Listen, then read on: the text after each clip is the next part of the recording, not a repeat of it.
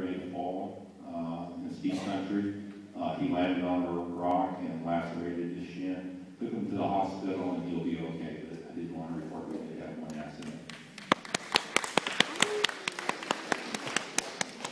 Okay, now I'm going to go out on a limb because I heard a lot of questions yesterday. What are we going to do? How long we got? So I'm going to go out on a limb. Before I do that, another thing, sometimes our firefighters get really focused on the mission, this being the mission, and what I ask operations is, I'm really glad you guys are focused on the mission, but we always got to think about the what if. What if this doesn't work? What's our fallback plan? What's our contingency plan? So my operational group has promised me that they will have a contingency plan in place for 3 separate areas. The I-60 road that crosses there, what's our fallback? We have Cherry Creek on this side, and what our fallback, and I've already looked at that, that's very doable because there's the Cherry Creek Road that is very defendable. Unfortunate part is there's a lot of houses in between where we have to do point protection, and so we're already working with the local firefighters and putting together a plan with that what if so we can protect those ranch houses that are out there. And then our third fallback plan is Weber Mountain down here and where we'll go from there. So always think worst case situation, and we'll have a couple of our best people making that plan, and we'll be in place so if something does go awry, we'll be prepared for it. Okay, I'm going to go out on a limb now.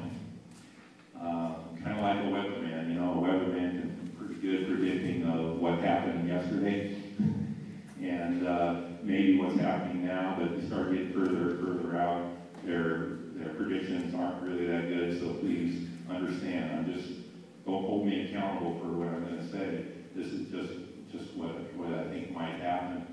Unless, of course, I'm right, then I'll take full credit. So, first of all, let's talk about the weather. Currently, we have a lot of moisture aloft. What that can mean to us is, well, one, cooling and higher humidities. But if that moisture starts coming down from so high aloft, just think of all that water coming down the sky and what it's doing. It's also pushing the air, which will give us the downdrafts. If we have those downdrafts over fire can go just every direction. So that's going to be a concern for us. That's today, that's tomorrow, and we're looking at a 4-day dry trend. Okay, so if all that happens,